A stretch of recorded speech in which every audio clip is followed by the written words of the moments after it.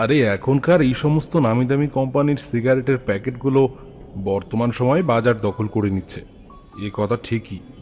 কিন্তু তামাক সেবন করার আসল মজা লুকিয়ে আছে গড়গড়া কিংবা হুকুর মধ্যেই। অন্তত আমাদের মতন সেকেলে পুরনো দিনের মানুষেরা তাই মনে করে। তামাক খাওয়ার আগে গড়গড়া সাজার যে ব্যাপারটা রয়েছে, সেটাই হলো আসল বিষয়। মনের মধ্যে গড়গড়া সাজার একটা উত্তেজনা সৃষ্টি হয়। কখন তামাক খাবো, কখন তামাক খাবো, এই যে একটা ভাবের জন্ম হয় অন্তরে, এটাই তো সবচেয়ে বড় কথা। তবে হ্যাঁ, গড়গড়ার মাধ্যমে তামাক সেবন করার কয়েকটা খারাপ দিকও রয়েছে বটে। এই যেমন ধরো, এতে অনেক সময়ের প্রয়োজন হয়, কিন্তু এখন মানুষের হাতে অবসর সময় কমেছে, সকলেই তো ভীষণ ব্যস্ত। আবার গড়গড়া কিংবা হুকো পরিবহনের ক্ষেত্রে খানিকটা অসুবিধাজনক। কিন্তু এই সমস্ত সিগারেটের ছোট্ট প্যাকেটগুলো তুমি অনায়াসেই যেখানে খুশি সেখানে নিয়ে যেতে পারবে। আমি এবং কিশোরী আমরা দুজনই ঠাকুর মশাইয়ের বাড়ি এসে উপস্থিত হয়েছি প্রায় আধ ঘন্টারও বেশি সময় হয়ে গেল। আজ রবিবার, ছুটির দিন হওয়ার কারণে সকাল সকাল আমাকে সাথে নিয়ে কিশোরী এসে উপস্থিত হয়েছে ঠাকুর মশাইয়ের বাড়িতে। এখনো পর্যন্ত বৃষ্টি না হলেও বেশ মেঘ করে রয়েছে আকাশে। চাপ চাপ কালো মেঘের আস্তরণে ঢেকে গিয়েছে গোটা গগন বক্ষ। ঠাকুর মশাই আমাদের কাছ থেকে সিগারেটের প্যাকেট নেওয়ার সময় প্রায় প্রত্যেকবারই সামান্য একটু আপত্তি করেন। তবে আমরা জানি এই সিগারেটের প্যাকেট তার অত্যন্ত পছন্দের এবং প্রিয়। মুখে তিনি যাই বলুন না কেন, অন্তরে যে আমাদের কাছ থেকে সিগারেট পেয়ে বেশ খুশি হন, এ কথা আর নতুন করে বলে দেওয়ার অপেক্ষা রাখে না। ঠাকুরমশাই আমাদের হাত থেকে সিগারেটের প্যাকেট নিয়ে খাপ খুলতে খুলতে কথাগুলো বললেন। তারপর প্যাকেটের ভেতর থেকে একখানি সিগারেট বের করে তার ঠোঁটের দুই ফাঁকে গুজে ফস শব্দে একটা দেশলাই কাঠি জ্বলিয়ে তাতে আগুন ধরিয়ে লম্বা লম্বা টান দিতে লাগলেন মনের সুখে। আমি এবং কিশোরী আমরা একে অপরের প্রতি দৃষ্টি বিনিময় করলাম। ঠাকুরমশাই, এবার তাহলে বেশ জমজমাট গোছের একখানা গল্প শোনান দেখি। আপনার মুখ থেকে গল্প শুনতে আমাদের ভীষণ ভালো লাগে। আর সেই জন্যই তো এমন বারংবার নানান প্রাকৃতিক দুর্যোগ, বাধা বিপত্তি, ঝড় জল তুফান অগ্রাহ্য করে আমরা ছুটে আসি আপনার গৃহে। কিশোরী শরীরে একেবারেই ধৈর্য শক্তি বলে কোনো জিনিস নেই হয়তো। আমি তার দিকে বড় বড় চোখ করে তাকালাম। আমার বুকটা কেমন যেন ধরাস করে লাফিয়ে উঠল। এখনো ঠাকুরমশাই তার ধূমপান সমাপ্ত করেননি, অথচ কিশোরী গল্প শোনানোর জন্য তাকে বেশ কয়েকবার ইতিমধ্যেই তাগাদা দিয়েছে। ঠাকুরমশাই যদি একবার চটে যান, তাহলে আজ হয়তো আমাদের আর কোনো গল্পই শোনা হবে না। ঠিক যেই ভয়টা পেয়েছিলাম তাই বাস্তবে ঘটল। ঠাকুরমশাই কিশোরীর দিকে বড় বড় চোখে তাকিয়ে খানিকটা ধমকের সুরে বললেন, কিশোরী, তুমি এখনই এত উতলা হয়ে পড়ছো কেন? আমি তো আর কোথাও পালিয়ে যাচ্ছি না হে। তোমরা যখন আমার বাড়িতে এসে উপস্থিত হয়েছ, তখন নিশ্চয়ই তোমাদের কোনো না কোনো একটা ঘটনার কথা শোনাবো বই কি। আমি কি আর জানি না যে তোমরা কেন বারবার আমার বাসায় ছুটে আসো? তবে হ্যাঁ, আমি এর আগেও বহুবার তোমাদের বলেছি, আজ আরো একবার বলছি যে আমি আজ পর্যন্ত তোমাদের যে সমস্ত ঘটনার কথা বলেছি, সেগুলোর একটাও কোনো গল্প নয়। গল্প মানে তো নিছকই বানিয়ে বলা অথবা কল্পনার উপর ভিত্তি করে গড়ে তোলা কোনো আখ্যান। কিন্তু আমি যা সমস্ত কিছু তোমাদের বলি, সেগুলো সবই আমার অতীত জীবনে ঘটেছিল। এই সমস্ত ভয়াল ভয়ানক ঘটনার প্রত্যক্ষদর্শী ছিলাম আমি। আর হ্যাঁ, এখন তোমাদের সেই সব অবিশ্বাস ঘটনা গল্প কথা বলে মনে হলেও অতীতে বাস্তবে যাদের সাথে সেসব ঘটনা ঘটেছিল, তারা ঠিকই জানে তখন তাদের কি মারাত্মক অবস্থা হয়েছিল। তাই আমার বলা কাহিনীকে তোমরা কখনোই এইভাবে গল্প বলতে পারো না।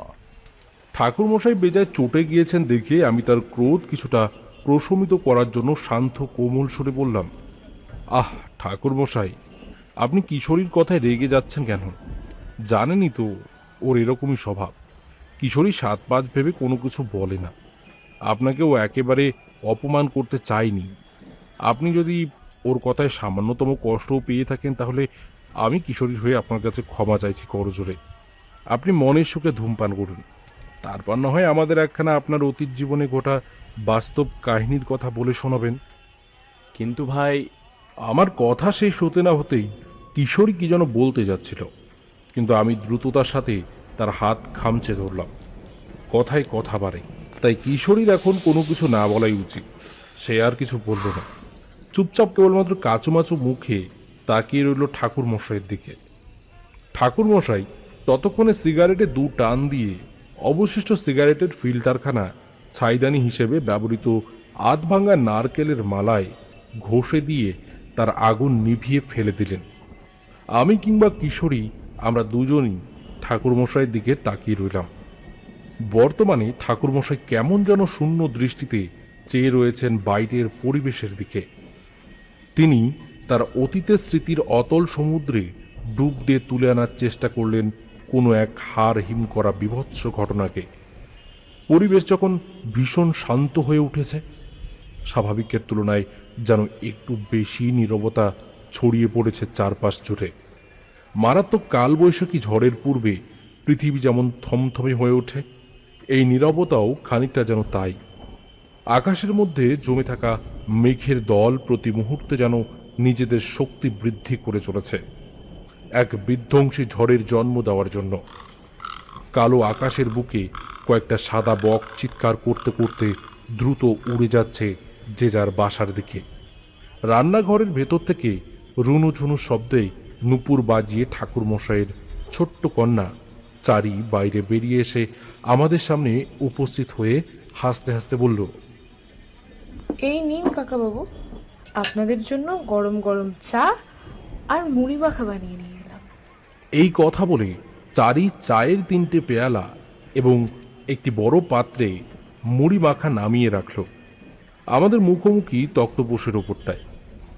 চারি পুনরায় পা বাড়ালো রান্নাঘরের দিকে তার বাদবাকি কাজ শেষ করার জন্য।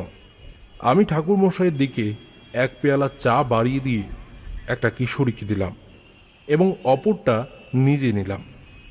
অঙ্কুরিত ছোলা ভিজে সরু সরু করে কুচানো মিঠো শশা, কাঁচামরিচ, লবণ ও খাঁটি সরিষার তেল দিয়ে বেশ ভালো করে মুড়ি মেখেছিল চারি। চা পানের সাথে সাথেই মাঝে মধ্যে এক খাবল করে মুড়ি হাতে তুলে নিয়ে তা মুখে ভরছিলাম আমরা। উষ্ণ চায়ের পেয়ালায় সামান্য ফু দিয়ে ঠাকুরমশাই তাতে একটা লম্বা চুমুক বসিয়ে বলতে আরম্ভ করলেন তার আজকের কাহিনী। আজ আমি তোমাদের যে ঘটনার কথা বলতে চলেছি তখন আমার বয়স অনেক অল্প। কাঁচা বয়স বলতে যা বোঝায় খানিকটা ঠিক সেই রকম। তবে হ্যাঁ, সেই সময় আমি কিন্তু মধুসুন্দরী দেবী কিংবা কাল ভৈরব দুজনেরই দেখা পেয়ে গিয়েছিলাম। মধুসুন্দরী দেবী আমায় বেশ অনেকগুলো বিশেষ ক্ষমতাও প্রদান করেছিলেন এবং আশীর্বাদ করেছিলেন যে আমার সারা জীবনে কখনো কোনোদিনও মোটা ভাত কাপড়ের অভাব হবে না। সেইবার আমি বাইরে একটানা বেশ কয়েক মাস কাটিয়ে ঘরে ফিরে এসেছি কিছুদিন থাকার জন্য। হঠাৎই একদিন সকালবেলায় বন্ধ সদর দরজার অপর প্রান্ত হতে করাঘাতের খটখট শব্দ ভেসে এলো, আর কর্ণগোচর হলো এক বৃদ্ধ মানুষের কণ্ঠস্বর। বলি, বাড়ির ভেতরে কেউ কি রয়েছেন? দয়া করে একটিবার দরজাখানা খুলুন না, বিশেষ প্রয়োজন রয়েছে। কি হলো? কেউ কি শুনতে পাচ্ছেন আমার কথা? একটিবার দরজাখানা খুলুন। আমি হন্তদন্ত হয়ে এগিয়ে গেলাম বন্ধ সদর দরজার দিকে। কথাবার্তার ধরন এবং দ্রুত বেগে করাঘাতের শব্দ শুনে বিলক্ষণ বুঝতে পারলাম যে নির্ঘাত কোনো মানুষ বিপদে পড়ে ছুটে এসেছে আমার কাছে। সদর দরজার আগল খুলে দেওয়া মাত্রই দেখলাম দুজন বৃদ্ধ পুরুষ মানুষ দাঁড়িয়ে রয়েছেন আমাদের সদর দরজার ঠিক অপর প্রান্তে। আগে নমস্কার। আমরা অনেক দূর থেকে তারানাথ চক্রবর্তীর সন্ধানে এসেছি। এই গ্রামের কিছু মানুষকে জিজ্ঞাসা করার পর তারা এই বাড়িখানা দেখিয়ে দিল। এটাই কি তারানাথ চক্রবর্তীর বাড়ি? আসলে আমরা এই জায়গায় একেবারেই নতুন, এর পূর্বে কখনো এদিক পানে আসিনি, তাই বুঝে উঠতে পারছি না সঠিকভাবে। নমস্কার, আপনারা একেবারে সঠিক স্থানেই এসে উপস্থিত হয়েছেন। এটাই তারানাথ চক্রবর্তীর বাড়ি। বাহ, এ তো অতি উত্তম কথা। যাক, শেষমেশ তাহলে তারানাথ চক্রবর্তীর বাড়ির সম্মুখে এসে উপস্থিত হতে পেরেছি। আর আমাদের কোনো চিন্তা নেই। শুনেছি সে নাকি যে কোনো মানুষের বিপদের কথা শুনে তাদের সাহায্য না করে খালি হাতে ফেরত পাঠায় না। আমাদের ক্ষেত্রেও নিশ্চয়ই এই নিয়মের ব্যতিক্রম কিছু ঘটবে না। আপনি যদি দয়া করে একটিবার তারানাথ চক্রবর্তীকে ডেকে দেন, তাহলে বড় উপকৃত হই। আমি এবার সেই দুই বৃদ্ধের উদ্দেশ্যে মৃদু হেসে নিজের পরিচয় দিয়ে বললাম, আগে নমস্কার, আমি হলাম তারানাথ চক্রবর্তী। সে কি কথা? এসব তুমি কি বলছো বাবা? তুমি তারানাথ চক্রবর্তী, মানে সেই বিখ্যাত তারানাথ তান্ত্রিক, যার নাম মানুষের মুখে মুখে ঘোরাফেরা করে, যে কোনো আদি ভৌতিক অতিপ্রাকৃত সমস্যার সমাধানকারী তুমি সেই তারানাথ? আগে হ্যাঁ, আমি বিভিন্ন জায়গায় ঈশ্বরের কৃপায় বহু বিপদগ্রস্ত মানুষকে উদ্ধার করেছি বটে, তবে আপনারা যে দেখি আমার পরিচয় শুনে একেবারেই আকাশ থেকে পড়লেন। এ তুমি কি কথা বলছো বাবা? তোমার পরিচয় শুনে আকাশ থেকে পড়ার মতনই তো কথা। আমরা ঘোড়াক্ষরেও ভাবতে পারিনি যে স্বনামধন্য তারানাথ চক্রবর্তী তথা তারানাথ তান্ত্রিকের বয়স এত অল্প হতে পারে। আমাদের ধারণা ছিল তিনি হয়তো কোনো বৃদ্ধ স্থানীয় মানুষ হবেন। এত অল্প বয়সে তন্ত্র সাধনার যে মান তুমি দিয়েছ, তা সত্যিই অবাক করার মতন। তুমি আমাদের থেকে বয়সে অনেক ছোট তারানাথ, প্রায় আমাদের পুত্র সমবয়সী। তাই তোমাকে তুমি করেই বলছি, আপনি আজ্ঞে করছি না। তুমি আমাদের মার্জনা করো। আমরা আসলে বুঝতে পারিনি যে তুমি তারানাথ চক্রবর্তী। ছি ছি, এই আপনারা কি করছেন? এই মাত্র বললেন যে আমি আপনাদের পুত্র সমবয়সী, অথচ এখন আবার নিজেরাই আমায় প্রণাম করতে আসছেন। এ কিন্তু ভারী অন্যায় কাজ।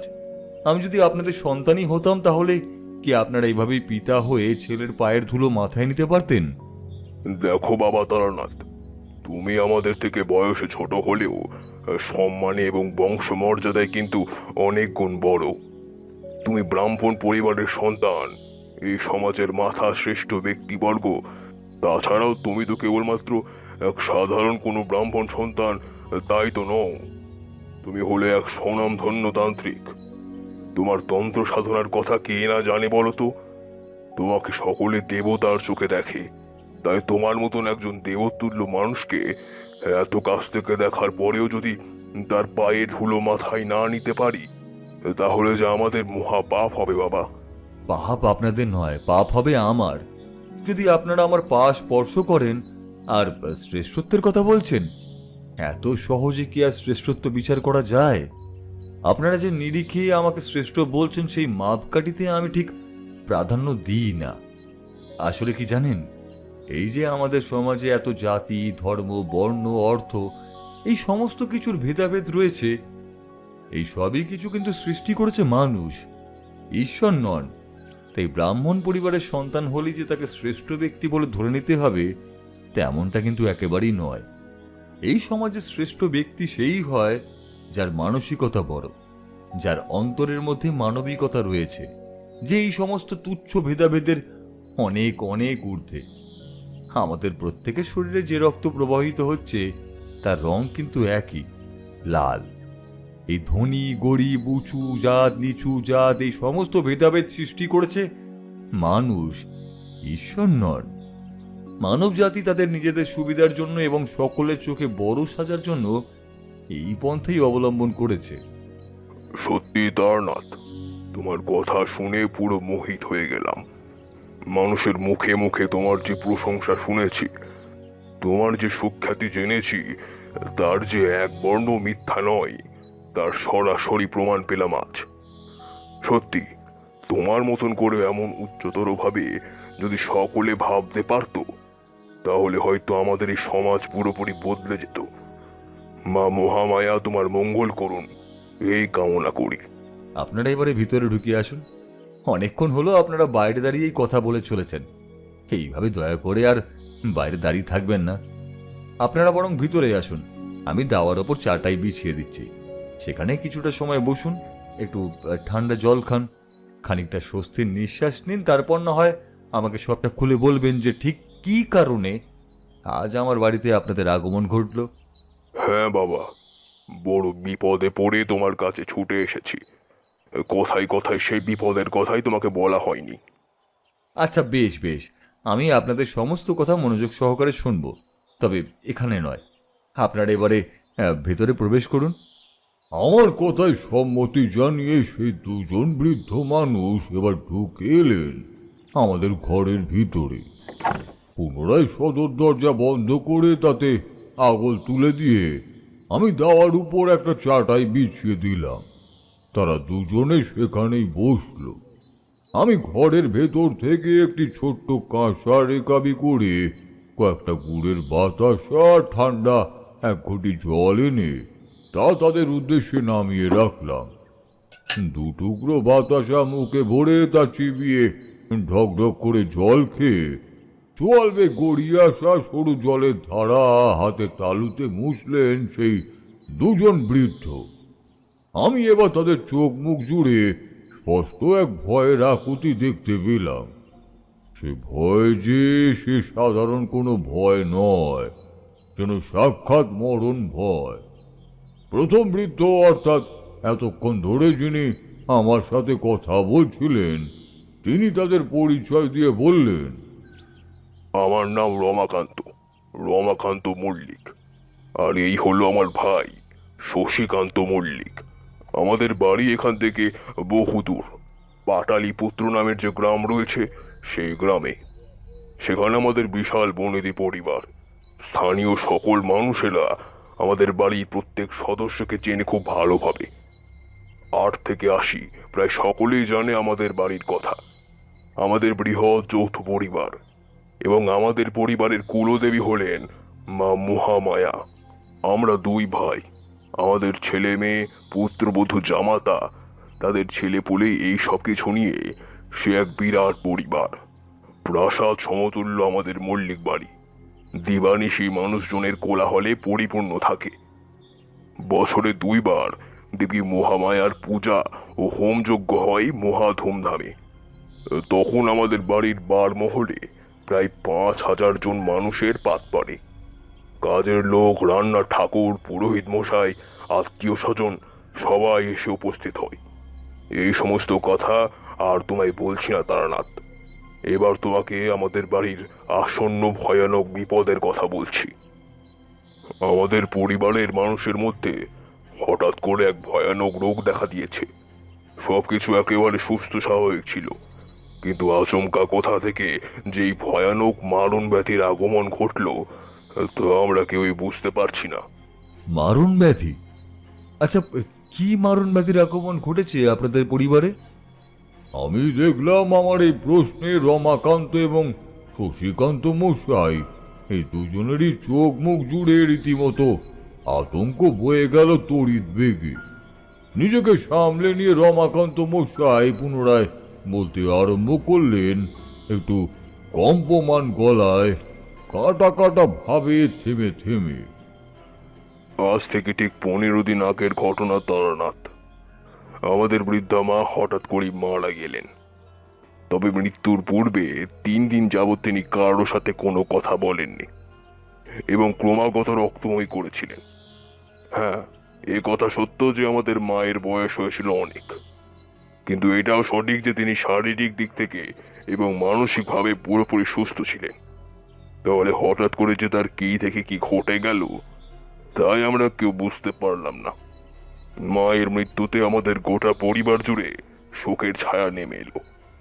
আমরা কেউ ভাবতেই পারিনি যে আমাদের মা এইভাবে হুট করে আমাদের সকলকে ছেড়ে চলে যাবেন। মা ছিলেন আমাদের মাথার উপর বট গাছের শীতল ছায়ার মতন। আসলে মা বাবার বয়স হয়ে গেলেও তারা তো মা বাবাই থাকে। কিন্তু আবার এটা বলেও মনকে সান্ত্বনা দিলাম যে বয়সকালে এভাবেই হয়তো একদিন সকলকে এই জগৎ সংসারের যাবতীয় মায়া মোহ মমতা ত্যাগ করে চলে যেতে হয়। এটাই হয়তো এই সংসারের নিয়ম। অমর আসলে কেউই নয়, সকলকেই একদিন মৃত্যুর কাছে আত্মসমর্পণ করতে হবে। কিন্তু আমাদের এই ভাবনা পুরোপুরি নাড়িয়ে দিল। মায়ের মৃত্যুর ঠিক 7 দিন পর আমার আমার মেয়ে তারানাথ, আমার ছোট মেয়ে কুমারী ওই একইভাবে 3 রাত্রি ব্যাপী বমি করে শেষ নিঃশ্বাস ত্যাগ করলো। কুমারীর মৃত্যুতে আমরা পুরোপুরি পাথর হয়ে গেলাম। এরপর ঠিক 7 দিনের মাথায় মারা গেল আমার ভাইয়ের মেজো ছেলে শান্তিমোহন। আমাদের পরিবারের প্রতিটা মানুষ পরপর 3টি 7 দিন বাদে বাদে এই রকম মৃত্যুর ঘটনা দেখে বুঝতে পারলাম যে আদতে এই সকল মৃত্যু আসলে একেবারেই স্বাভাবিক কোনো মৃত্যু নয়, আসলে এগুলো অপমৃত্যু। আমাদের বাড়িতে নিশ্চয়ই কোনো এক অশুভ শক্তির প্রভাব পড়েছে, যার কারণে শেষ হয়ে যাচ্ছে একের পর এক আমাদের পরিবারের বিভিন্ন সদস্যরা। তার জন্যই তো কোনো উপায় খুঁজে না পেয়ে আজ তোমার কাছে এলাম। তারানাথ, একমাত্র তুমিই পারো আমাদের এই বিপদ থেকে উদ্ধার করতে। এইভাবে চোখের সামনে আমরা আমাদের ছেলে মেয়েদের মৃত্যু কিছুতেই দেখতে পাচ্ছি না। জগতের সবচেয়ে বড় শোক হলো পুত্র শোক, আর সেই শোকেই আমরা শোকাগ্রস্ত হয়েছি। এত দূর অবধি বলে রমাকান্ত মশাই ধুতির খুঁট দিয়ে নিজের চোখের জল মুছলেন। সত্যি একজন সদ্য কন্যাহারা পিতার মুখে যে ঠিক কিরকম বেদনার ঝড় চলতে পারে তা আমি সহজেই অনুমান করতে পারলাম বইকি। তার পাশে বসে থাকা ছোট ভাই শশীকান্ত মশাই এতক্ষণে মুখ খুললেন। আমাদের পরিবারে ইতিমধ্যেই 3 জন মানুষ মারা গিয়েছে। তারা ভয়ানকভাবে রক্তবমি করতে করতে অন্তিম নিঃশ্বাস ত্যাগ করেছে। আমি কিংবা আমার দাদা, আমরা কেউই আর একবারেই চাই না যে আমাদের বাড়িতে এরকম ঘটনা ঘটুক। কিন্তু এই কথাও ভালোভাবেই জানি যে আবার ঠিক 7 দিন পরেই কারো না কারো কপালে ঘনিয়ে আসবে অকাল মৃত্যুর কালো ছায়া। তাই সেই অঘটন রোধ করার জন্যই তোমার কাছে তড়িঘড়ি ছুটে এলাম। এখন তুমি আমাদের একমাত্র ভরসা। আচ্ছা শশীকান্ত মশাই, আপনাদের বাড়িতে যেই পরপর 3টে মৃত্যু ঘটে গেল, আপনারা নিশ্চয়ই কোনো চিকিৎসক ডেকেছিলেন। তা সেই চিকিৎসক কি বলেছেন এই মৃত্যু সম্পর্কে? তা আবার ডাকিনি বাবা। চিকিৎসক, বৈদ্য, কবিরাজ কোনো কাউকেই বাদ দেয়নি। কত দূর দূর থেকে কত নামি গুণী চিকিৎসক এসেছিলেন আমাদের মল্লিক বাড়িতে, কিন্তু কেউই কোনো সুরাহা করে উঠতে পারল না। সকলেই ভীষণ অবাক হয়ে গেল আমাদের বাড়ির রোগীদের দেখে। তারা নাকি তাদের চিকিৎসা জীবনে এরকম কোনো ঘটনা এর পূর্বে দেখেনি। কত পথ্য, কত ওষুধ খেয়েও কিচ্ছু লাভ হলো না। 3 দিনের মাথায় সকলেই মারা গেল। এত দূর অবধি বলে এবার থামলেন শশীকান্ত মশাই। তার বুক ঠেলে একটা দীর্ঘ নিঃশ্বাস উঠে এলো। আমার সত্যি তাদের দেখে ভীষণই কষ্ট হলো বটে, কিন্তু কয়েকটা প্রশ্ন আমাকে করতেই হতো। প্রাথমিকভাবে আমি তাই এবার তাদের উদ্দেশ্যে এই প্রশ্ন করলাম। আচ্ছা শশীকান্ত মশাই, আপনারা তাহলে কি ধারণা করছেন? যেই রোগ আপনাদের পরিবারের মানুষদের মধ্যে দেখা দিয়েছে সেটা আসলে কোনো সাধারণ রোগ নয়, কি তাই তো? একেবারেই তাই তারানাথ। আচ্ছা তুমি বলো না, শুধুমাত্র আমাদের পরিবারের মধ্যেই কেন এরকম একটা রোগ হঠাৎ করে শুরু হলো? গোটা গ্রামের সকল মানুষ পুরোপুরি সুস্থ রয়েছে, অথচ আমাদের পরিবারের সদস্যদের মধ্যেই আরম্ভ হলো এই ভয়ানক রোগ।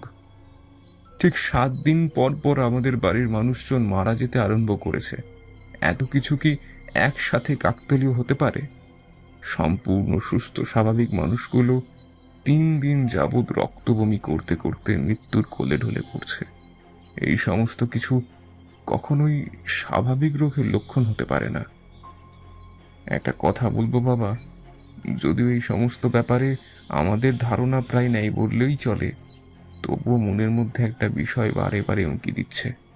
হ্যাঁ হ্যাঁ, অবশ্যই বলুন শশীকান্ত মশাই, আপনার মনের মধ্যে ঠিক কি আশঙ্কা দানা বেঁধেছে? আচ্ছা তারানাথ, বিষয়টা এমন নয় তো যে কেউ আমাদের পরিবারের সদস্যদের প্রতি কোনো উচ্চাটন, ক্রিয়া কিংবা ওই জাতীয় কোনো খারাপ ক্ষতিকারক তন্ত্রক্রিয়া করেছে, যার কারণে আমাদের বাড়ির ওপর এরকম ভয়ানক বিপদের ঘূর্ণিঝড় এসে আছড়ে পড়েছে তীব্রভাবে? গল্প কথায় শুনেছি তন্ত্রমন্ত্রের দ্বারা নাকি অনেক খারাপ কাজও করা যায়, মানুষের ক্ষতি সাধন করা যায়। বাবা, আমাদের সাথেও তবে সেরকম কিছু ঘটেনি তো? দেখুন শশীকান্ত মশাই, এই তন্ত্র হলো একটি শক্তি, বা বলতে পারেন মহাশক্তি। আর যে কোনো শক্তিকেই দুইভাবে ব্যবহার করা যায়। সেটা হলো মানুষের হিতকার্যে এবং মানুষের অহিত কার্যে, অর্থাৎ অকল্যাণকর কার্যে। শক্তিকে কোন পথে কাজে লাগাবেন সেটা সম্পূর্ণ নির্ভর করে সেই শক্তির আরাধক তথা সাধকের উপর। এবার এই পৃথিবীর সকল মানুষ তো আর সমান হয় না, তাই সব সাধকই যে তন্ত্র শক্তিকে নিয়ে কোনো ভালো কাজে ব্যবহার করে তেমনটাও কিন্তু নয়। অনেক সাধক মানুষের ক্ষতি করার জন্য এই তন্ত্রমন্ত্র বিদ্যায় পারদর্শী হয়ে ওঠে। তবে আপনার আশঙ্কা যদি সত্যিই হয় শশীকান্ত মশাই, তাহলে তো বলতেই হবে যে আপনাদের পরিবারে কোনো বড় সড়ো শত্রু রয়েছে, যে এরকম জঘন্য কাজ করেছে।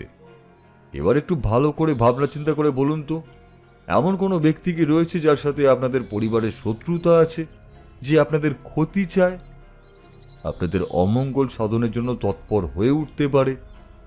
সময় নিয়ে ভালো করে ভাবনা চিন্তা করে বলুন। শুধুমাত্র শশীকান্ত মশাই নয়, রমাকান্ত মশাই, আপনিও একটু ভেবে আমায় জানান। বেশ কিছুটা সময় ভাবনা চিন্তা করার পর নিজেদের মধ্যে আলাপ আলোচনা করে রমাকান্ত মশাই এবার আমায় জানালেন,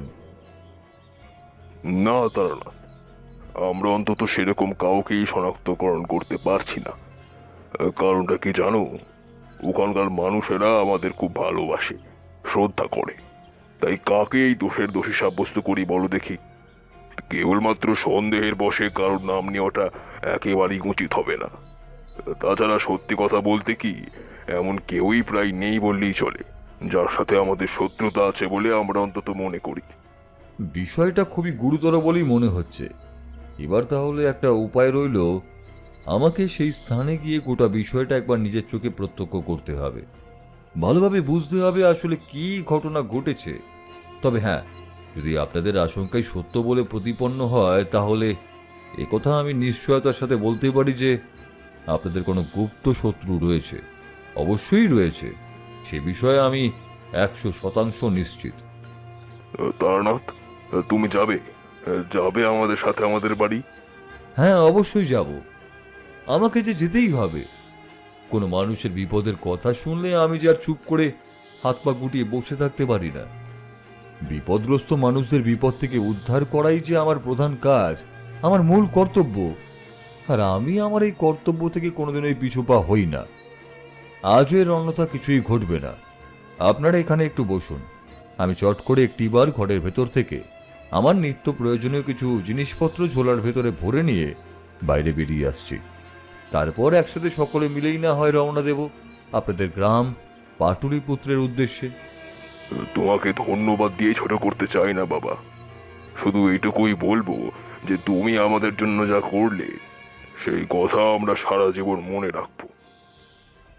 একটানা এতক্ষণ ধরে গল্প বলার পর ঠাকুরমশাই এবার কিছুটা সময়ের জন্য একটু থামলেন। তিনি অদ্ভুত এক শূন্য দৃষ্টিতে তাকালেন বাইরের দিকে। বাইরের প্রকৃতি জুড়ে ততক্ষণে মুষলধারে বৃষ্টি আরম্ভ হয়েছে। চারিপাশে পুরোপুরি ঝাপসা হয়ে গিয়েছে। আকাশে ঘন মেঘ থাকার কারণে অন্ধকারাচ্ছন্ন হয়ে উঠেছে প্রকৃতি। ঠাকুরমশাইয়ের সমগ্র শরীর জুড়ে কেমন যেন একটা অস্থির ভাব ছড়িয়ে পড়েছে দেখে আমরা বুঝতে পারলাম যে এবার তার একটু গড়গড়ায় টান দেওয়ার সময় হয়ে এসেছে। তিনি আমাদের দিকে তাকিয়ে খানিকটা বিরক্তির সাথেই বললেন, তোমরা এখানে একটু বসে অপেক্ষা করো হে কিশোরী, আমি বরং একটিবার ঘরের ভেতর থেকে গড়গড়াখানা সেজে আনি। গড়গড়ায় টান না দিলে আর একেবারেই চলছে না। আর একটি বাক্য ব্যয় না করে ঠাকুরমশাই এবার শটান উঠে চলে গেলেন কক্ষের দিকে। আমি আর কিশোরী আমরা দুজনে মিলে একে অপরের প্রতি দৃষ্টি বিনিময় করলাম। ঠাকুরমশাইয়ের চলে যাওয়ার পর কিশোরী সিগারেটের প্যাকেট থেকে দুটো সিগারেট বের করে একটা সে আমাকে দিয়ে একটা নিজে নিল। আমরা আজ অবধি কখনোই ঠাকুরমশাইয়ের সামনে ধূমপান করিনি, কারণ আমরা তাকে যথেষ্ট সম্মান করি। তিনি আমাদের থেকে বয়সে অনেক বড় এবং ব্রাহ্মণ মানুষ। তবে একবার তিনি যখন কক্ষের ভেতরে প্রবেশ করছিলেন গড়গড়া সাজার কাজে, তখন আর যে বেশ কিছুটা সময় তিনি এদিক পানে একেবারেই আসবেন না, এই বিষয়ে শতভাগ নিশ্চিত হয়ে আমরা সিগারেটে আগুন ধরিয়ে মনের সুখে ধূমপান করতে আরম্ভ করলাম। বাইরে ঝমঝম করে মুষলধারে বর্ষণ হয়ে চলেছে এক নাগারে বিরামহীনভাবে। ইতিমধ্যেই ঠাকুরমশাইয়ের বাড়ির উঠোনে প্রায় গোড়ালি পর্যন্ত জল দাঁড়িয়ে গিয়েছে। আমাদের সিগারেট খাওয়া সমাপ্ত হলে আমরা অবশিষ্ট ফিল্টার দুটি ছুঁড়ে ফেলে দিলাম উঠোনের সেই জমা জলের মধ্যে। সিগারেটের ফিল্টারের মধ্যে থাকা স্বল্প আগুন উঠোনের জমা জলে গিয়ে পড়তেই তা নিভে গেল। আরও বেশ খানিকটা সময় গল্পগুজব করার পর ঠাকুরমশাই জ্বলন্ত গড়গড়া হাতে নিয়ে বেরিয়ে এলেন ঘরের বাইরে।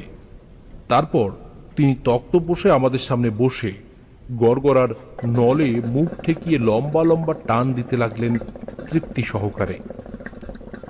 ঠাকুরমশাই, এবার তাহলে কাহিনীর পরবর্তী অংশ বলতে আরম্ভ করুন। কিশোরীর দিকে আমি কটমট দৃষ্টিতে তাকালাম। সত্যি তার এইরূপ ধৈর্যহীন অবস্থা দেখে আমার ভীষণ রাগ হলো তার প্রতি, কিন্তু আমি মুখে আর কোনো কিছুই বললাম না। ঠাকুরমশাই এবার আর কিশোরীর প্রতি রেগে গেলেন না। তিনি নাক ও মুখের মাধ্যমে গল গল করে বেশ খানিকটা ধোঁয়া বাইরে ছেড়ে শান্ত সুরে বলতে আরম্ভ করলেন গল্পের পরবর্তী অংশ। আমি রমাকান্ত মশাই এবং শশীকান্ত মশাইয়ের সাথে এবার রওনা হলাম তাদের গ্রাম পাটালিপুত্রের উদ্দেশ্যে। আমাদের গ্রাম থেকে পাটালিপুত্রের দূরত্ব ছিল বেশ অনেক। সেই গ্রামে পৌঁছাতে পৌঁছাতে দুপুর পেরিয়ে প্রায় বিকেল হয়ে গেল। পাটালিপুত্র গ্রামে এসে যখন আমাদের গরুর গাড়ি থামলো, তখন প্রায় শেষ বিকালের রক্তিম গোধূলি আলো ছড়িয়ে পড়েছে গোটা আকাশ জুড়ে। রাখাল বালকের দল তাদের গরু মহিষের পাল সঙ্গে নিয়ে ফিরে চলেছে গোয়াল ঘরের পানে। সুদূর প্রসারী মাঠের মাঝখানে উঁচু মতন একটা ঢিবির ওপর কৃষ্ণচূড়া গাছের তলায় বসে কোনো এক যুবক সুমধুর সুরে বাঁশি বাজিয়ে চলেছে এক মনে। সে বাঁশির মিটে সুর ক্রমশ মিশে যাচ্ছে আকাশে বাতাসে সমগ্র ধরিত্রীর বুকে। টলটলে জলে ভরা দিঘির উপর বড় বড় শ্বেত শুভ্র রাজহাঁস সাঁতার কাটছে মনের আনন্দে। ছোট বড় নানান পাখির দল কিচিরমিচির শব্দ করতে করতে ফিরে চলেছে যে যার বাসার উদ্দেশ্যে। তোমরা তো জানোই যে বরাবরই আমার গ্রামগঞ্জ খুবই ভালো লাগে। আমার ছোটবেলাটা পুরোপুরি কেটেছে গ্রামের মধ্যেই, তাই আমি আমার অন্তরাত্মার সঙ্গে গ্রামের কেমন যেন একটা বিশেষ টান অনুভব করি সর্বদা। হ্যাঁ, এখন শহরে থাকতে বাধ্য হলেও শহর আমার কোনোদিনও প্রিয় জায়গা হয়ে উঠতে পারেনি। শহরের এই যানজট, মানুষের চিৎকার, চেঁচামেচি, কোলাহল, বিপুল পরিমাণে দূষণ আমার একেবারেই ভালো লাগে না। গ্রামের মুক্ত বাতাস, টলটলে জলে ভরা নদ নদী, খাল বিল, সবুজ কচি ঘাস, সবেতেই আমি যেন একটা অন্য রকমের সুখ খুঁজে পেতাম। আমাদের গ্রামের মাঠ ঘাট, গাছপালা, খাল বিল সবকিছুই আমার সাথে কথা বলতো। হ্যাঁ, আমি তাদের ভাষা বুঝতে পারতাম। এ কথা তোমরা কেউই বিশ্বাস করবে না, তা আমি বিলক্ষণ জানি, কিন্তু তোমাদের বিশ্বাস অবিশ্বাসের উপর তো আর এই জগৎ সংসারের সবকিছু নির্ভর করে না। তাই বললাম আর কি। শশীকান্ত এবং রমাকান্ত মশাইয়ের সাথে হাঁটতে হাঁটতে আমি এসে উপস্থিত হলাম এক বিশাল অট্টালিকার সম্মুখে। রমাকান্ত মশাই আমার উদ্দেশ্যে বললেন, বাবা তারানাথ, এই হলো আমাদের গৃহ। বাহ, আপনাদের বাড়ির অবস্থা থেকে বিলক্ষণ বুঝতে পারছি যে আপনারা বড় ধনী পরিবার। বাড়ি তো নয়, যেন একেবারে প্রাসাদ। এই যে বাড়ি তুমি দেখছো বাবা, এই বাড়ি আসলে নির্মাণ করেছিলেন আমাদের ঠাকুরদাদা। আমাদের ঠাকুরদা ছিলেন এখানকার তৎকালীন জমিদারের খাস নায়েব, আর আমরা হলাম তারই বংশধর। আমাদের এখানকার সমস্ত মানুষ ভীষণ সম্মান করে ভালোবাসে। আমরাও আমাদের সাধ্যমতো সবসময় চেষ্টা করি তাদের নানা প্রয়োজনে অপ্রয়োজনে, বিপদে আপদে সাহায্য করে পাশে দাঁড়াতে। সেরকমটাই তো করা উচিত। আসলে কি জানেন, ঈশ্বর আপনাদের বিপুল পরিমাণে সমস্ত কিছুই দিয়েছেন। এবার আপনারা যদি এই সমস্ত কিছুর সামান্যতম কিছু অংশ দিন দুঃখী অসহায় দরিদ্র মানুষের সেবার কাজে লাগান, দান করেন, তাহলে পরমেশ্বর আপনাদের ওপর সত্যিই বড় সন্তুষ্ট হবেন এবং তার দ্বিগুণ আপনাদের ফিরিয়েও দেবেন। দান হলো এক মহৎ জিনিস। দান করার ক্ষমতা সকলের থাকে না, আর অহংকার হলো সবচেয়ে ক্ষতিকারক ভয়াবহ এক জিনিস। আমাদের শরীরে যে কোনো বিষয়ে যদি বিন্দুমাত্র অহংকারের জন্ম হয়, তাহলে সে বিষয়ের ধ্বংস অনিবার্য। চলো তারানাথ, এবার আমরা বরং বাড়ির অন্দরে প্রবেশ করি। সন্ধ্যার অন্ধকার নেমে আসছে, আর বাইরে থেকে কোনো লাভ নেই। হ্যাঁ হ্যাঁ, তাই চলুন। আমি এবার মল্লিক মশাইদের সাথে প্রবেশ করলাম সেই বিশাল বড় সুবৃহৎ অট্টালিকার অন্দরমহলে। তবে চৌকাঠ পেরিয়ে বাড়ির ভিতর পা রাখা মাত্রই কে যেন আমাকে তীব্রভাবে ঝাঁকিয়ে দিল। আমার হৃদয়ের মধ্যে দ্রুত বেগে ছড়িয়ে পড়ল একটা অদ্ভুত অস্বস্তিকর বিশ্রী অনুভূতি। আমার নাসারন্ধ্র হতে দেহের অভ্যন্তরে প্রবেশ করলো একটা ঝাঁঝালো আষ্টে বিটকেল গন্ধ। মনের মধ্যে বেজে উঠল ভয়ঙ্কর বিপদের ঘণ্টা। শুভ অশুভ লক্ষণ চেনার ক্ষেত্রে যাদের একবার হাতে খড়ি হয়েছে, তারা খুব সহজেই বলে দিতে পারে যে এই সমস্ত লক্ষণ আসলে ঠিক কতটা ভয়ের, কতটা অমঙ্গলের। আমি পরিষ্কার বুঝতে পারলাম যে এই মল্লিক বাড়ির ভিতরে কোনো এক অপশক্তিকে জাগিয়ে তোলা হয়েছে। রমাকান্ত বাবু তার পরিবারের সকলের সাথে আমার পরিচয় করিয়ে দিলেন। বাড়ির ছোট সদস্যরা এসে আমার পায়ের ধুলো মাথায় নিল। আমি তাদের প্রাণ ভরে আশীর্বাদ করলাম।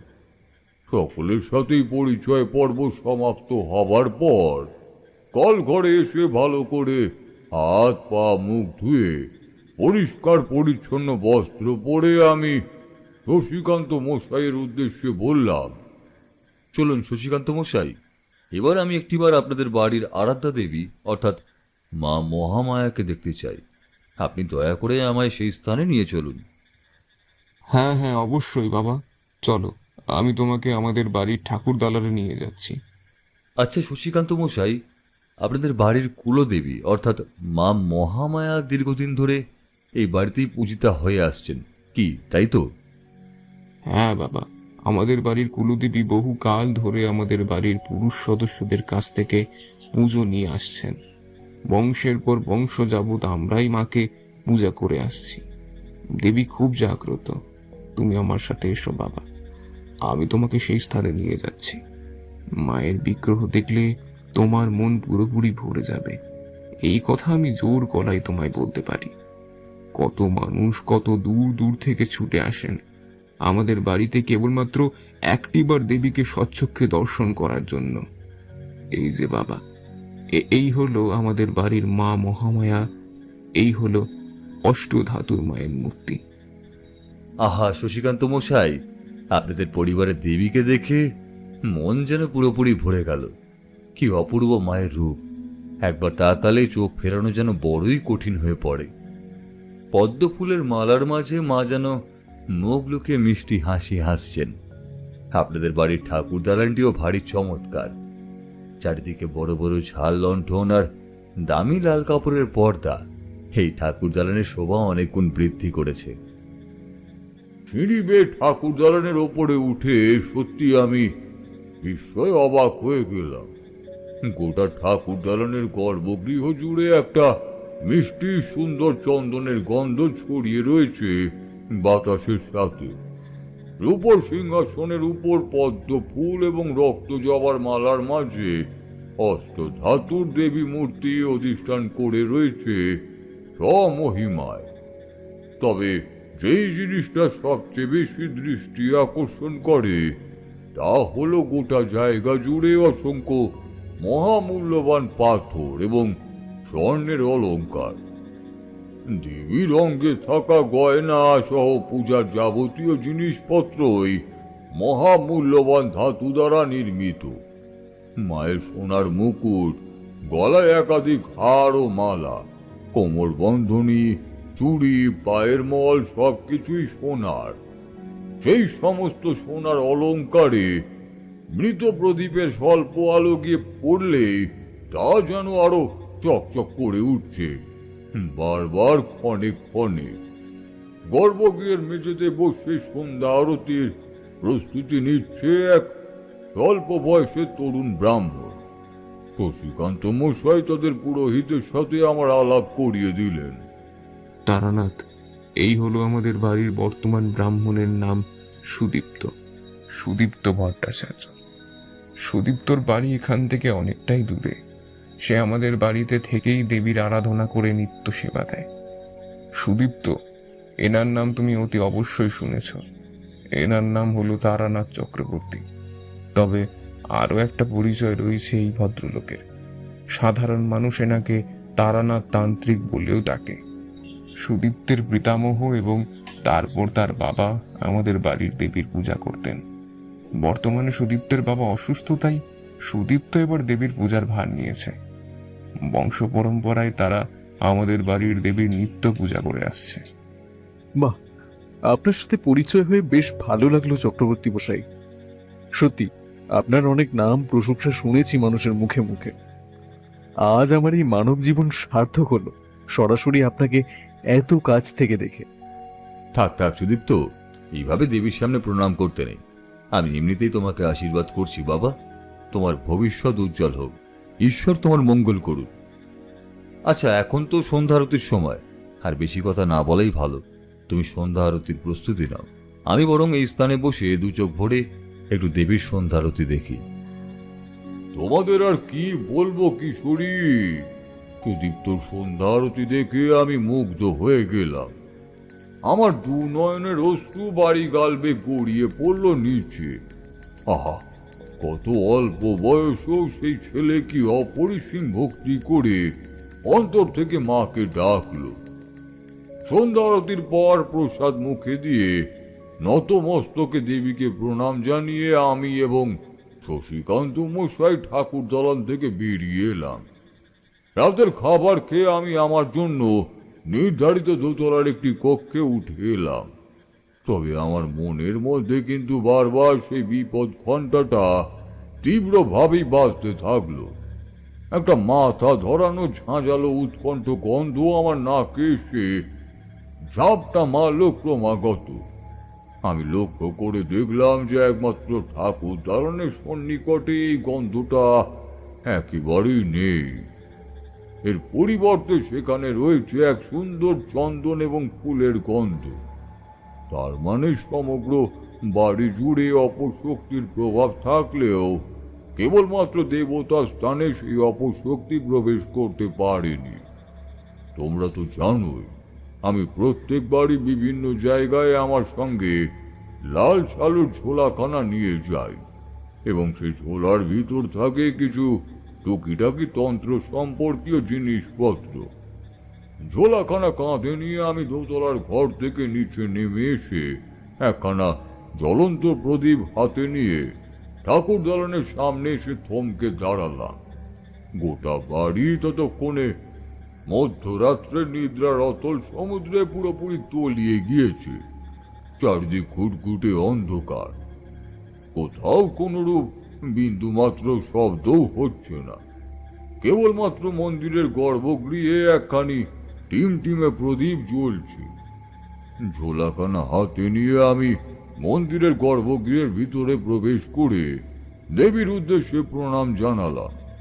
তারপর শুরু করলাম মা তারার বীজ মন্ত্র পাঠ। মধু সুন্দরী দেবীর ধ্যান এবং তারপরে মল্লিক বাড়ির ছোট বড় মিলিয়ে সর্বমোট 20 জন সদস্যের জন্য 20টি মহাশক্তিশালী মহামৃত্যুঞ্জয় রক্ষা কবচ। সেই 20খানা রক্ষা কবচ তৈরি করতে করতে সমগ্র রাত প্রায় অতিবাহিত হয়ে শেষ রাতের সময় আসন্ন হলো। সারা রাত একটানা সম্পূর্ণ বিনিদ্র অবস্থা জেগে থাকার কারণে এবং অনেক মন্ত্র পাঠের জন্য আমার ভীষণই ক্লান্ত লাগলো। দু চোখের পাতা বুঝে এলো ঘুমে। আমি গর্ভগৃহের দরজা বন্ধ করে সিঁড়ি ভেঙে বাইরের মেঝেতে পা দেওয়া মাত্রই আমার মেরুদণ্ড দিয়ে একটা বরফ গলা জলের মতো কনকনে ঠান্ডা চোরা রক্তের স্রোত বয়ে গেল। যে দৃশ্য আমি চোখের সামনে দেখলাম সেই দৃশ্য হাড় হিম করা। যদি অন্য যে কোনো সাধারণ মানুষ দেখতো তাহলে সে ওই স্থানে জ্ঞান হারিয়ে লুটিয়ে পড়তো এবং তার হৃদযন্ত্র বিকল হয়ে যেত চিরতরের জন্য। একটানা এতক্ষণ সময় ধরে চুপচাপ গল্প শোনার পর কিশোরী এবার প্রশ্ন করলেন, কেন ঠাকুরমশাই, সেই গভীর রাতে আপনি কি এমন দৃশ্য দেখলেন যার কারণে আপনার অমন অবস্থা হয়েছিল? ঠাকুর দালানের সিঁড়ি বেয়ে নিচে নেমে আসতে আমি দেখলাম একটা ভয়ানক কালো কুচকুচে বিভৎস দর্শন ছায়া মূর্তিকে। অন্ধকারে চোখ সয়ে গিয়েছিল আমার, তাতেই আমি পরিষ্কার দেখলাম একটা বিশাল আকার ছায়া মূর্তি ক্ষিপ্তভাবে দাঁড়িয়ে আছে আমার মুখোমুখি। তার দুই চোখের অন্তরে যেন জ্বলছে নীল আগুনের তেজরশ্মি। তার মুখ গহ্বরের দুই দিকে বেরিয়ে এসেছে দুটি বৃহৎ আকারের তীক্ষ্ণ সদন্ত। রাতের অন্ধকারের মধ্যেও সেই দাঁত দুটি ঝকঝক করছে বারে বারে, আর সেই দাঁতের ফাঁক থেকে টপ টপ শব্দে গড়িয়ে পড়ছে লালা রস। তার সমগ্র শরীর বড় বড় কালো লোমে আবৃত, হাতে ও পায়ে রয়েছে ধারালো নখ। আমি সেই অশরীরকে দেখেই বুঝতে পারলাম যে এ আসলে প্রেতজনের নিম্ন শ্রেণীর এক প্রেত। নির্ঘাত কেউ একে ডেকে এনেছে এই পরিবারের মানুষদের ক্ষতি করবার জন্য। কিন্তু আমিও তান্ত্রিক। আমি আমার অতীত জীবনের বেশিরভাগ অংশই কাটিয়ে ফেলেছি নানান সব আদি ভৌতিক ভয়ানক বিভীষিকার মুখোমুখি হয়ে। তাই এত সহজে আমাকে ভয় পাওয়ানো সম্ভব নয়। আমি আমার ঝোলার ভেতর থেকে এবার বের করে আনলাম কিছুটা পুরো সিঁদুর আর একটা শুকনো বেল পাতা। সেই পুরো সিঁদুর এবং শুকনো বেল পাতা ডান হাতের তালুতে ভালোভাবে ঘষে আমি তা ছুঁড়ে দিলাম বাতাসের মধ্যে। তৎক্ষণাৎই একটা চাপা গর্জন করে সেই বিকট দর্শন ছায়া তথা প্রেত মূর্তি অদৃশ্য হলো। পরের দিন সকাল হলে আমি একসাথে শশীকান্ত মশাই এবং রমাকান্ত মশাই তাদের দুজনকেই আমার ঘরে আসতে বললাম। তাদের সাথে আমার বেশ কিছু জরুরি বিষয় কথোপকথন ছিল। তারানাথ, ভিতরে আসতে পারি? ছি ছি ছি, এই আপনারা কি করছেন?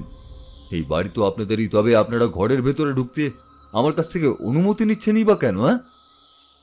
তাই বললে কি আর হয় তারানাথ? এখন এই কক্ষ আমরা তোমাকে দিয়েছি থাকার জন্য, তাই এই কক্ষের ভেতর প্রবেশ করার পূর্বে তোমার কাছ থেকে অনুমতি নিতে হবে বই কি। কিন্তু তারানাথ, তোমাকে দেখে এত চিন্তিত বলে মনে হচ্ছে কেন? তোমার চোখ মুখ কেমন যেন থমথমে হয়ে রয়েছে। কাল সারা রাত কি ঘুমাওনি নাকি? তারানাথ, তুমি কি কোনো কিছু জানতে পেরেছো? আগে হ্যাঁ, কাল সারা রাত আমার দু চোখের পাতায় একটুও ঘুম আসেনি। আপনাদের আশঙ্কাই সম্পূর্ণ সঠিক রমাকান্ত মশাই। সত্যি আপনি যথার্থই অনুমান করেছিলেন, এ কথা বলতেই হবে। আপনাদের পরিবারের সাথে কেউ শত্রুতা করে এক নিম্ন শ্রেণীর বেশ শক্তিশালী প্রেত মূর্তিকে জাগিয়ে তুলেছে এবং সে প্রেত বর্তমানে আপনাদের এই বাড়ির মধ্যেই রয়েছে। এই প্রেত মূর্তির কবলে পড়ে আপনাদের পরিবারের সদস্যরাও মারা যাচ্ছে। কাল সারা রাত আমি ঠাকুর দালানে গিয়ে দেবীর সামনে বসে ধ্যান এবং মন্ত্রপাঠ করেছি। শেষ রাতের সময় সেই স্থান ছেড়ে এই ঘরে আসার পথে আমি মুখোমুখি হয়েছিলাম সেই ভয়ানক প্রেতের। আমি সচক্ষে তাকে দেখেছি। এসব এসব তুমি কি বলছো তারানাথ? এবার তাহলে কি হবে? আমাদের পরিবারের সদস্যরা কি তবে অস্বাভাবিকভাবে মুখে রক্ত উঠে মারা যাবে এক এক করে? তুমি কিছু একটা করো বাবা, এখন তুমিই আমাদের একমাত্র ভরসা। আপনি দয়া করে এইভাবে চোখের জল ফেলবেন না শশীকান্ত মশাই। আমি আপনার কাছে অনুরোধ করছি, আপনি কোনো চিন্তা করবেন না।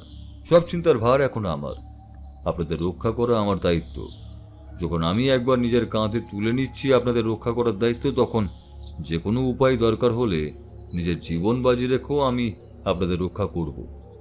কাল সারা রাত জেগে আপনাদের পরিবারের সকল মানুষদের জন্য আমি এই মহামৃত্যুঞ্জয় রক্ষা কবচগুলি নির্মাণ করেছি। এগুলো আপনি নিন। আপনাদের বাড়ির প্রত্যেকটি সদস্যের হাতে লাল সুতোর সাথে ভালোভাবে বেঁধে দেওয়ার ব্যবস্থা করুন। মহিলাদের বাম হাতে এবং পুরুষদের ডান হাতে এগুলি ধারণ করতে হবে। এই রক্ষা কবচ কিন্তু মোটেও কোনো সাধারণ তুচ্ছ রক্ষা কবচ নয়, এদের শক্তি অপার। এই রক্ষা কবচ আপনাদের দেখে থাকলে এই নিম্নমানের অপশক্তির ধারে কাছেও ঘেঁচতে পারবে না। আপনারা সম্পূর্ণই সুরক্ষিত থাকবেন। আর হ্যাঁ, যেই অপশক্তির আগমন আপনাদের বাড়িতে ঘটেছে তাকে ধ্বংস করার জন্য আমি একটি শক্তিশালী যজ্ঞ করব আজ সারা রাত ব্যাপী ধরে। সেই যজ্ঞের জন্য আমার অনেকগুলো জিনিসপত্রেরও প্রয়োজন হবে। আপনাদের সেই সমস্ত কিছু আনিয়ে দেওয়ার ব্যবস্থা করতে হবে। হ্যাঁ হ্যাঁ বাবা, তুমি আমাদের যা সমস্ত কিছু আনতে বলবে আমরা সেই সব কিছু আনিয়ে দেব। যে সমস্ত জিনিস আপনারা বাজারে অর্থের বিনিময়ে ক্রয় করতে পারবেন, এই যেমন ধরুন আতপ চাল, মধু, ঘি, সরিষার তেল, পঞ্চশস্য, পঞ্চফল, শুকনো পাটকাঠি, যজ্ঞের জন্য প্রয়োজনীয় জবা ফুলের মালা, অপরাজিতা ফুল, কালো সর্ষে, সাদা সর্ষে, সাদা তিল, এই সমস্ত কিছু আনান। আর যেগুলো আপনারা অর্থের বিনিময়ে বাজার থেকে ক্রয় করতে পারবেন না, এই যেমন ধরুন শ্মশানের শুকনো মাটি, প্রতিষ্ঠিত পুকুরের এক ঘটি জল, দক্ষিণ দিকে থাকা যে কোনো আম গাছের শুকনো মরা ডাল, কাকের বাসার মধ্যে থাকা পালক ইত্যাদি ইত্যাদি, এই সমস্ত উপাদানগুলি আমি বরং সংগ্রহ করে নেব। তুমি কোনো চিন্তা করো না তারানাথ, তুমি যা সমস্ত কিছু আনিয়ে দেবার জন্য বললে আমরা সব কিছু আনিয়ে দেব। আর আজ রাতে আমরাও সচ্চক্ষে দেখব তোমার তন্ত্রক্রিয়া এবং ওই অপশক্তির বিনাশ। বেশ, তবে তাই হবে।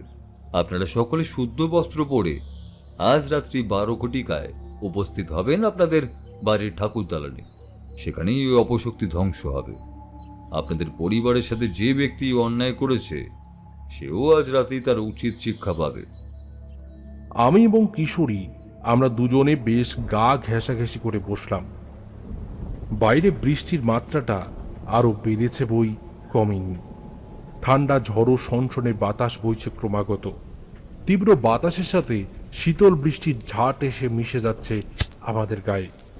ঠাকুরমশাই গল্প বলা থামিয়ে সিগারেটের প্যাকেট থেকে একটি সিগারেট বের করে তাতে আগুন ধরিয়ে টান দিতে লাগলেন।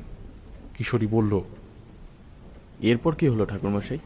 সেই রাতেই আপনি এবার যজ্ঞের বেদিতে বসলেন, তাই তো? হ্যাঁ, রাত্রি 12টার সময় থেকে আরম্ভ হলো এক বিশেষ নক্ষত্র যোগ। আর সেই নক্ষত্র যোগের সাথে সাথেই আমি শুরু করলাম যজ্ঞ। ঠাকুর দালানের গর্ভগৃহের সামনে মা মহামায়ার মুখোমুখি নিচের মেঝের উপর একখানি বিশেষ চক্র অঙ্কন করলাম। সবার প্রথমে সিঁদুর লেপে আঁকলাম একটি গোলাকার বৃত্ত এবং সেই বৃত্তের মধ্যিখানে একটি ত্রিভুজ। ত্রিভুজের 3টি কোণে রাখলাম 3টি মাটির প্রদীপ। তারপর সেই প্রদীপে ঘি ঢেলে তাতে আগুন জ্বালালাম। ত্রিভুজের মাঝখানে ছোট সরু যজ্ঞের কাঠ সাজালাম এক এক করে। শুকনো পাটকাঠিতে আগুন ধরিয়ে অগ্নি দেবতাকে প্রণাম জানিয়ে এবং সিদ্ধিদাতা গণেশের মন্ত্র পাঠ করে আমি যজ্ঞের আগুন প্রজ্বলন করলাম। এরপর আরম্ভ হলো বৈদিক ভাষায় দেবীর উগ্রতারার মন্ত্র পাঠ। মনে মনে কাল ভৈরব এবং মধু সুন্দরী দেবীকে প্রণাম জানিয়ে আমি বীজ মন্ত্র সহকারে যজ্ঞ আরম্ভ করলাম। তোমাদের সেই সকল বীজ মন্ত্র বলতে নেই, তাই বলছি না। সংসারী তন্ত্রে অধিকৃত মানুষদের এই সমস্ত শুনতে নেই বা জানতেও নেই। কতক্ষণ যে যজ্ঞ চললো তা বলতে পারি না সঠিকভাবে। মল্লিক বাড়ির প্রতিটা সদস্য একে একে এসে উপস্থিত হলো প্রত্যেকে। এর আগেও আমি বহুবার বিভিন্ন জায়গায় এরূপ নিম্ন শ্রেণীর প্রেত ধ্বংস করেছি, তাই এই কাজ আমার কাছে একেবারেই খুব কঠিন কিংবা নতুনত্বের কিছুই ঠেকলো না। যজ্ঞের শেষ আহুতি দেওয়ার সাথে সাথেই সেই প্রাসাদ সমতুল্য বিশাল অট্টালিকার ভিতরে ছন ছন শব্দে তুমুল ঝড় উঠল। সত্যি বাইরের প্রকৃতি পুরোপুরি স্বাভাবিক শান্ত থাকলেও ঘরের ভেতর যেন লণ্ডভণ্ড হয়ে যেতে আরম্ভ করলো। প্রতিটা মানুষের মুখ থমথমে হয়ে গেল। বাড়ির কাজের লোকেরা চিৎকার চেঁচামেচি আরম্ভ করলো, কিন্তু আমি তাকিয়ে রইলাম অপলক দৃষ্টিতে। ওই সমগ্র বাড়ির মধ্যে থেকে যাবতীয় অপশক্তি একটা কালো ছায়ার কুণ্ডলীর আকৃতি ধারণ করে সেই আগুনের মধ্যেখানে এসে তা চিরতরের জন্য মিলিয়ে গেল। আর কোনো চিন্তা নেই শশীকান্ত মশাই, আপনাদের পরিবারের ওপর থেকে সমস্ত অপশক্তির কালো ছায়া মুছে গিয়েছে চিরতরের জন্যই। আজ এই মুহূর্ত থেকে আপনাদের পরিবারের প্রতিটা সদস্য সম্পূর্ণ সুরক্ষিত, আর কাউকেই অকালে প্রাণ হারাতে হবে না। তুমি তুমি সত্যি বলছো বাবা তারানাথ? আমাদের ওপর থেকে সমস্ত বিপদের প্রকোপ কেটে গেছে চিরতরের মতো। তোমাকে যে কি বলে ধন্যবাদ জানাবো। আমাকে ধন্যবাদ জানানোর কোনো প্রয়োজন নেই। যদি ধন্যবাদ দেওয়ার প্রয়োজন হয় আপনারা তাহলে ধন্যবাদ জানান ঈশ্বরকে, আপনাদের পরিবারের আরাধা দেবী মা মহামায়াকে, কারণ যা করার তা মঙ্গলময়ী মাই করেছেন। চলুন আপনারা সকলে বাড়ির বাইরে চলুন। শেষের জবনিকা পতন কিন্তু ওখানেই আপনাদের বাড়ির সন্নিকটে ঘটতে চলেছে। এসব তুমি কি বলছো বাবা? কি ঘটনা ঘটতে চলেছে? রমাকান্ত মশাইয়ের প্রশ্নের উত্তরে আমি কিছু বলতেই যাচ্ছিলাম, কিন্তু আমাদের সকলকে চমকে দিয়ে বাইরে কান ফাটানো শব্দে বিনা মেঘে বজ্রপাত ঘটল। গোটা বাড়িটা যেন থরথর করে কেঁপে উঠল ভূমিকম্পের ন্যায়। মানুষজন আর্তনাদ করে উঠল। বাইরে থেকে ভেসে এলো একজন পুরুষ মানুষের প্রাণপণ মরণ আর্তনাদ। আমার সাথে সাথে সকলে দৌড়ে বেরিয়ে এলো ঘরের বাইরে। মল্লিক বাড়ির সদর দরজার ঠিক মুখোমুখি পড়ে আছে একটা পূর্ণবয়স্ক প্রাপ্ত পুরুষ মানুষের প্রাণহীন মৃতদেহ। তার মৃতদেহের রাত পোড়া অবস্থা দেখেই বোঝা যাচ্ছে যে তার মাথায় বজ্রপাত হয়েছে। সেই দৃশ্য দেখে সকলের চোখ সংকুচিত হলো। ভয় হাত পা ঠক ঠক করে কাঁপতে শুরু করলো। রমাকান্ত মশাই এগিয়ে এসে সেই মৃত মানুষটির মুখ দেখে বললেন, এ কি? এই যে ডাকাত সর্দার বংশী। আজ থেকে ঠিক 5 বছর আগে আমাদের বাড়িতে মা মহামায়ার গয়না চুরি করতে এসে ধরা পড়ে বেধড়ক মারধর খেয়ে প্রায় আধমরা অবস্থায় কোনো রকমে পালিয়ে বেঁচেছিল। কিন্তু এই শয়তানটা আমাদের বাড়ির সামনে কি করছিল? আর এর এই অবস্থা হলো কি করে? বুঝলেন রমাকান্ত মশাই, এই ডাকাত সর্দারই হলো আপনাদের বাড়ির সেই পরম শত্রু যে আপনাদের পরিবারের প্রতিটা মানুষের ক্ষতি চেয়ে এক ভয়ানক অপশক্তিকে জাগিয়ে তুলেছিল, এবং আপনাদের বাড়ির সন্নিকটে থেকে সে সবসময় নজর রাখত আপনাদের পরিবারের মানুষদের ওপর।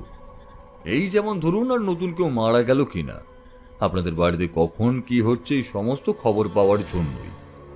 আসলে সেইবার আপনাদের বাড়িতে হাতে নাতে ধরা পড়ার পর তার মনের মধ্যে আপনাদের বিরুদ্ধে জন্ম নেয় এক ভয়ানক প্রতিশোধের আগুন, আর সেই আগুনই আপনাদের ছারখার করে দিতে চেয়েছিল এই ডাকাত সর্দার। কিন্তু এ মূর্খ অধম ব্যক্তি জানতো না যে প্রতিশোধ স্পৃহার আগুনে নিজেকেই পুড়ে ছাই হয়ে যেতে হয়। আপনাদের বাড়ির আরাধ্যা দেবী আজ তাকে শাস্তি দিয়েছেন, তার মাথায় সরাসরি বজ্রাঘাত ঘটিয়ে। এই ঘটনার থেকে এটাই প্রমাণিত হয় যে অন্যের ক্ষতি চাইলে আখেরে ক্ষতিটা হয় নিজেরই। সেই সংশোধিত হওয়ার একটি সুযোগ পেয়েছিল, কিন্তু সেই সুযোগে সে সদ্ব্যবহার করেনি, তাই এবার তার প্রাণ গেল। আপনাদের পরিবারের শত্রু আর জীবিত নেই, সে মারা গিয়েছে। আপনারা এবার নিশ্চিন্তে থাকুন। তবে হ্যাঁ, এই মৃতদেহের সৎকারের ব্যবস্থা কিন্তু আপনাদেরই করতে হবে, এটা আপনাদের নৈতিক কর্তব্য। আজকের গল্প তাহলে এই পর্যন্তই।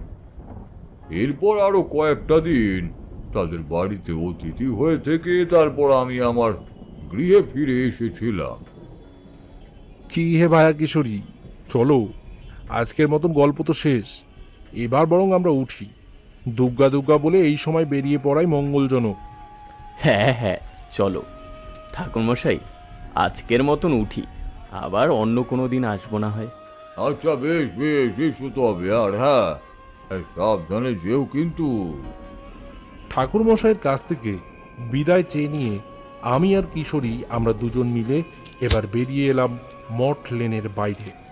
তারপর দুই বন্ধু মিলে দুখানি সিগারেটে আগুন ধরিয়ে টান দিতে লাগলাম মনের সুখে। রাস্তার মধ্যে জমা জলের বুকে ছপ ছপ শব্দ তুলে হাঁটতে আরম্ভ করলাম আমাদের গন্তব্যের উদ্দেশ্যে।